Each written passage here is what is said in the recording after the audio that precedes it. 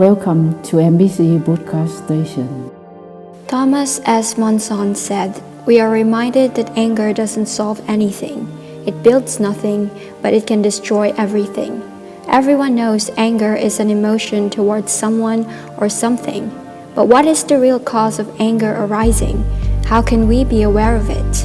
Welcome to our podcast on Saturday night with the topic, "Don't harm yourself by your anger."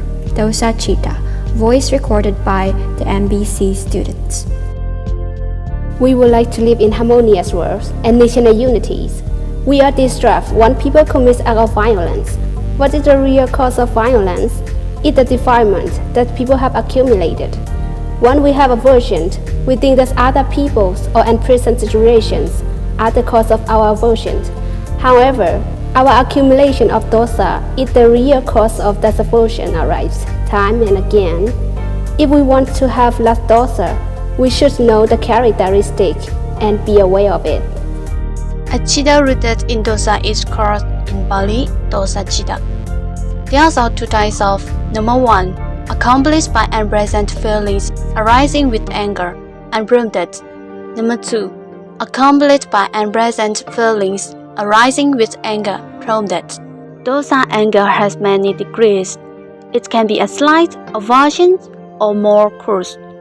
The characteristic of dosa has an aversion towards the object it experiences. We can recognize dosa when having anger with someone and when we speak disagreeable words to him. But when we are afraid of something, it is dosa as well. There are so many things in life we are afraid of. Afraid of the future, of disease, of accidents, of death. Dosa always arises with an unpleasant feeling. Domanasa vidana. No one feels happy when dosa cita arises. Regret or worry can arise with citas rooted in dosa. At the moment we regret something bad we did or something good we did not do. Envy and stinginess are others that can arise with dosa cita as well. They appear when we do not like someone else to enjoy present things and share in our good fortune. Dosa is conditioned by lobha.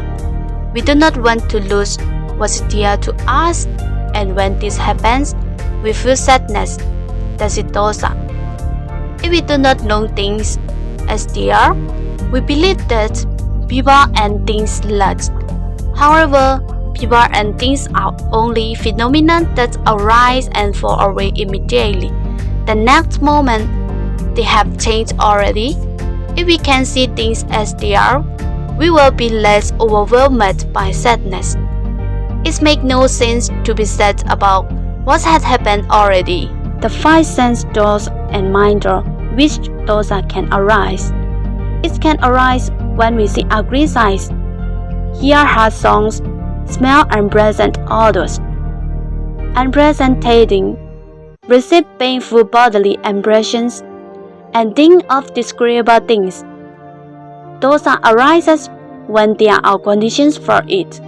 For example, when the temperature is too hot or too cold, hearing a loud song.